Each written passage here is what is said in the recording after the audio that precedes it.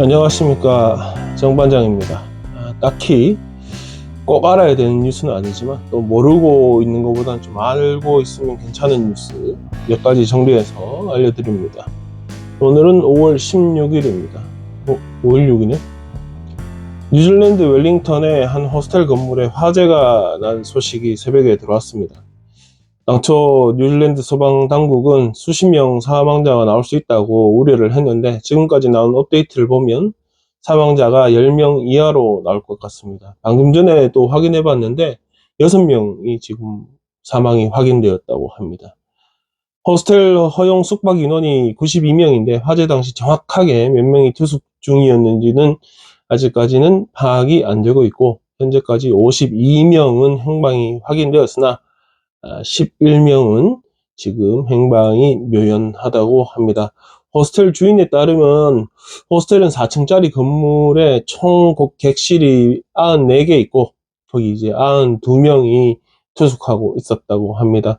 투숙객은 여행객들보다 주변에서 일하는 사람들이 숙소로 사용하는 경우가 많았고, 당연히 장기 투숙자가 많았다고 합니다.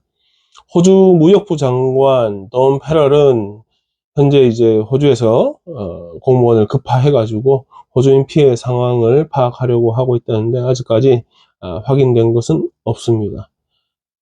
근데 이제 요 건물이 오래되다 보니까 건물 자재에 성면이 있어가지고 또 호흡기로 마시고 하면 안 좋으니까 일반 그 주변 지역에 이제 통제를 좀 심하게 하고 있는 상황이라고 합니다. 부디 더 큰 피해가 없었으면 합니다. 멜번을 비롯한 빅토리아주에서 대중교통을 사용할 때 쓰는 카드 결제 시스템 마이키 카드의 새로운 사업자가 선정이 되었습니다. 한 1년 반 동안 새로운 사업자를 선정하려고 했는데 이번에 새로 선정하게 되었다는 소식입니다. 회사가 미국 회사인데 콘듀먼트 비즈니스 서비스, 하여튼 여기서 이제 뭐 새로운 기술을 도입해서 우리가 편하게 대중교통을 이용할 수 있도록 하겠다, 뭐 이런 이야기입니다. 솔직히 마이키 카드 엉망이지 않습니까? 뭐 새로운 기술이라고 해도 휴대전화나 신용카드, 또 스마트워치 뭐 이런 걸로 요금을 지불할 수 있도록 한다, 뭐 이런 겁니다. 이건 뭐 이렇게 안 하는 데가 또 어디 있습니까? 멜번 빼고.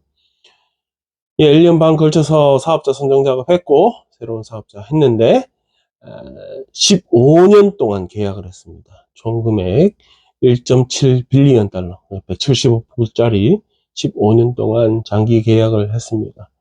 지금 현재 마이키 카드 같은 경우도 15년 정도 계약을 해서 지금까지 끌고 오고 있는데, 중간에 뭐 엉망진창이 되고도 계속 계약을 이어갔고 운영을 이어갔고, 그러면서 돈 더 필요하다 그래서 주정부에서는 또 받아가고 또 받아가고 또 받아가고 이랬는데 뭐 나아진 건 별로 없죠, 솔직히. 제가 버스 기사하면서 아는데, 진짜 이렇게 불편하게 살아도 되는 것인가 싶기도 합니다. 근데 뭐 계약을 어떻게 했는지 모르겠는데 주정부가 그걸 뭐 다 잡지는 못하고 뭐 그냥 냅두더라고요. 그런데 이 상황에서 또 15년 계약을 했으니 물론 뭐 새로운 사업자가 더 잘 하겠지만 혹시나 또 안 맞을 수도 있지 않습니까? 안 맞고 하면 뭐 어떻게 할 건지 잘 모르겠습니다. 하여튼 뭐 대중교통부 장관이 한다는 소리가 드디어 21세기로 들어서게 되었다, 우리도. 그럼 이때까지 뭐 했냐? 비싼 월급 받아가면서 뭐가 잘 안 되고 있다면, 서비스 공급자가 삽질 치고 있다면 장관으로서 이때까지 할 일을 과연 제대로 하고 있었던가? 지금 와서 21세기로 들어가게 됐다고 환영을 한다라고 하는데, 이게 21세기 들어간 지가 언제라고 지금 와서 이러고 있는지 잘 모르겠습니다. 하여튼 지금 현재 설치되어 있는 기존 마이키 기기를 그대로 사용해서 하는 건지, 아니면 뭐 기기가 다 변경되는 건지, 기차역마다 트램 뭐 스톱마다 다 바뀌는 건지, 또 하다못해 그 카드 이름도 마이키를 계속 유지할 건지 말 건지 뭐 지금 아직까지 결정은 나지 않은 것 같습니다. 그러나 들리는 이야기로는 새로운 사업자가 이번 11월에 마이키가 계약이 끝나는데, 기존 사업자 계약이 끝나는데 그때부터 뭐 인수인계 할 텐데, 제대로 사업을 시작하는 게 한 2년이나 걸릴 것 같다고 하고, 거기 또 수많은 돈이 들어가겠죠. 그때까지 어떻게 버텨낼지 모르겠습니다. 뭐 저는 항상 가지고 있는 생각입니다만, 돈 그 정도 넣어가지고 뭐 돈은 많이 버는 것 같던데, 아까 대충 찾아보니까 차라리 무료로 전환하는 것도 좋지 않겠나, 뭐 그런 생각을 합니다. 그건 그렇고, 야라 트램의 시간 준수 운행 보고서에 따르면 지난 3월에 멜번 트램 운행이 2001년부터 이렇게 계속 봤는데 제일 엉망이었다고 합니다. 무슨 말이냐? 트램 운행의 25% 이상이 원래 시간표보다 더 늦게 운행되었다고 합니다. 최악인데 작년 3월에는 15%가 지연 운행되었다고 하는데 올해는 그걸 훨씬 넘어서 25%를 기록했다고 합니다. 야라 트램 측 입장에서는 늘어난 교통량 때문에 차가 많이 막히니까 당연히 뒤따라가는 트램도 많이 막혔다라는 것과 시내에서 시위가 많았다 뭐 이런 것과 또뭐 소방차나 앰뷸런스나 긴급 출동 차량 진짜 너무 궁색하다. 노조 측 이야기에는 좀 다릅니다, 내용이. 뭐, 여러분도 아시겠지만, 멜번 시내 주변으로 곳곳에 트램 차고지가 있는데, 거기에서 출발하는 트램 숫자 자체가 굉장히 적다고 합니다. 문제가 있어서, 고장이 나서, 거기 뭐 고치기도 해야 되고, 대기하는 숫자가 워낙 많고, 막상 길에 돌아다니는 숫자가 적어서 그런 거라고 하고, 또 트램 레일이나 전깃줄이나 기타 등등 뭐 인프라 자체가 문제가 많아서 이제 그런 것이라고도 합니다. 뭐 야라 트램 사측 입장에서는 뭐 자기들 돈 많이 썼다, 항상 노력하고 있다, 이 정도죠. 하여튼 트램 시간 이렇게 맞추는 그 목표가 79%라고 합니다. 이게 뭐 딴 거 아니고 79%보다도 시간을 못 맞추게 되면 승객들한테 그 달치 보상을 해준다고 합니다. 그 보상을 뭘 해주냐? 뭐 처음에 생각은 야, 너 때문에 비행기 놓쳤어. 그럼 비행기 값 주냐? 뭐 숙박비 주냐? 뭐 이런 건 줄 알고 봤더니 그때 차비 돌려준다. 뭐 이런 얘기입니다. 내가 웹사이트 들어가서 봤어요. 봤는데 뭐 이래라 저래라 해서 이거 누르고 저거 누르고 쭉 해봤는데 그거 한 4, 5불 돌려받겠다고 했다가는 혈압이 더 오를 것 같더라고요. 이거 뭐 좀 제대로 해주면 좋은데 쉽게라도 해주던가. 보니까 기차하고 트램은 그렇게 79% 미만이나 뭐 이런 식으로 선을 만들어 가지고 그것만큼 못하면 뭐 이렇게 차비라도 약소하게 돌려주는 그런 제도가 있는데 버스는 없습니다. 왜 없는지 대충 감은 오는데 뭐 있다고 해도 뭐 그닥 상관도 없을 것 같기도 하고, 지금 이런 시스템이면 그 무임승차가 되게 많습니다. 돌려받으려면 마이키 카드를 이렇게 스캔하고 증명을 해야지 뭐 돌려받는 절차가 있겠죠, 뭐. 근데 뭐 요금도 잘 안 내는데 뭘 돌려받아. 다른 소식, 팬데믹 때 이렇게 우리가 록다운 엄청나게 했지 않습니까? 그 문 닫고 어디 가지도 못하고 좀 이렇게 열어줬다고 할 때도 식당에는 몇 명밖에 못 앉히고 밖에 앉히고 뭐 쇼를 했죠. 그렇게 고생을 좀 한 적이 있습니다. 뭐 호주에서는 스타 셰프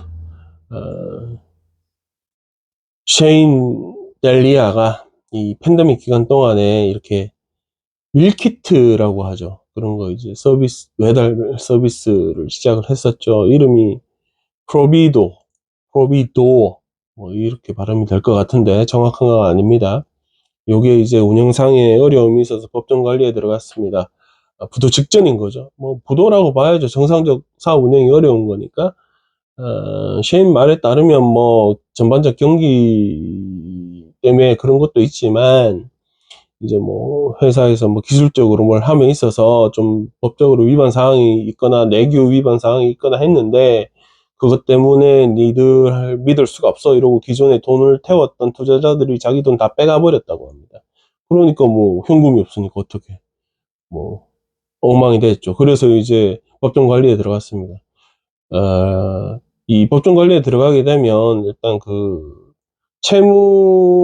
채무자들이 내세웠다고 해야 되나? 하여튼 이런 제3기관에서 들어가서 이 회사 자산을 다 조사를 하고, 채무 관계가 어떻게 되는지 조사를 하고 해서 돌려줄 거 돌려주고, 뭐, 이렇게 하고, 못 받을 거 순서 세우고, 뭐, 이렇게 하고, 또 뭐, 인수할 회사도 찾고, 새로운 주인도 찾고, 뭐 하는 절차가 있는데, 하여튼 지금까지는 딱히 누가 인수하겠다고 나오지는 않은 상황이라고 합니다. 숫자를 보니까, 현재 프로비도의 총 부채는 630만 불. 그 중에 미지급 급여가 38만 9천 불, 그리고 세금도 좀 덜 낸 게 있어서 17만 6천 불. 그리고 이제 이 양반이 유명한 셰프다 보니까 자신이 운영하는 곳도 있고, 뭐 인맥으로 아는 곳도 있고 해서 좀 유명 레스토랑들이 이렇게 밀키트 만들어서 납품을 해주고 했는데, 그거에 대해서 이제 돈을 못 돌려주는 것도 있고 해서 총 부채가 6.3 밀리언인데, 그 중에 제일 큰 게 4.4 밀리언, 440만 불치가 뭐냐면, 우리 왜 기프트 카드 주지 않습니까? 뭐 날만 있으면 그거라고 합니다. 뭐 얘 아까 라디오 인터뷰는 들었는데, 회수율이 뭐 안 된다. 그러니까 회수 안 한 비율이 85% 정도라고 합니다.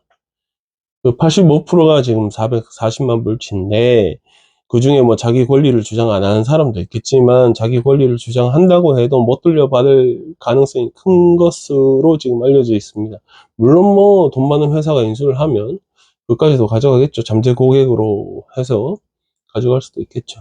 뭐 개인적으로 상품권은 뭐 마이어 상품권이나 마스터, 비자, 뭐 카드 회사 상품권, 그리고 버닝스하고 덴머피 상품권, 이 정도 외에는 잘 못 믿겠더라고요, 저는. 자, 빅토리아에 있는 두 군데 패스트푸드 체인점이 미성년자, 아이들에 대한 노동법 위반이 이렇게 의심이 되어서 이제 법정에 서게 됐습니다. 한 군데는 저 위에 와동가에 있는 레드루스터인데, 15세 미만 애들 10명 정도를 고용을 해가지고 168차례 따로 퍼미트 없이 일을 시켰고, 또 슈퍼바이저나 매니저나 위에 관리자가 워킹 위드 칠드런 그 심사를 통과해야 되잖아요. 뭐 좀 버스 운전하면서도 그걸 가지고 있는데, 가지고 있어야 됩니다. 그 법입니다. 근데 이제 그것도 없이 그렇게 관리적으로 일을 했고, 또 법이 허용하는 근무 시간, 그러니까 아이들이니까 뭐 허용되는 그 근무 시간이 있는데, 그보다 더 연장 근무도 요구를 했고 시켰고, 밤 9시 이후에는 근무를 못 시키게 돼 있는데, 아이들이니까 또 뭐 더 시켰고, 뭐 이래가지고 총 355건 불법 사례가 적발된 상황이라고 합니다. 또 한 군데가 더 있습니다. 이번에는 샤파튼인데, 거기 콜드롭 아이스크림. 이거 오미가미 본 것 같은데 먹어본 적은 단 한 번도 없습니다. 여기도 이제 한 6명의 애들 고용해서 법이 허용하는 아이들 근무 시간보다 더 길게 근무시켰고, 저녁 9시 이후 근무도 시켰고, 또 3시간 일하면 30분 쉬는 시간 줘야 되는데 그것도 안 줬고, 뭐 이래가지고 총 124건 여러가지 법 위반 사항이 적발됐다고 합니다. 이제 뭐 다음 달하고 다다음 달에서 여기저기 해서 이제 재판 들어간다고 하는데, 이게 이제 법원에서 야, 너 잘못했어! 뭐 이러다면 최대 건당 2만 불까지 벌금이 부과될 수 있다고 합니다. 그러면 100건이면 보자. 2만, 20만, 200만 불. 아까 그 300 몇십 건, 몇 건이었냐, 이게? 잠깐만요.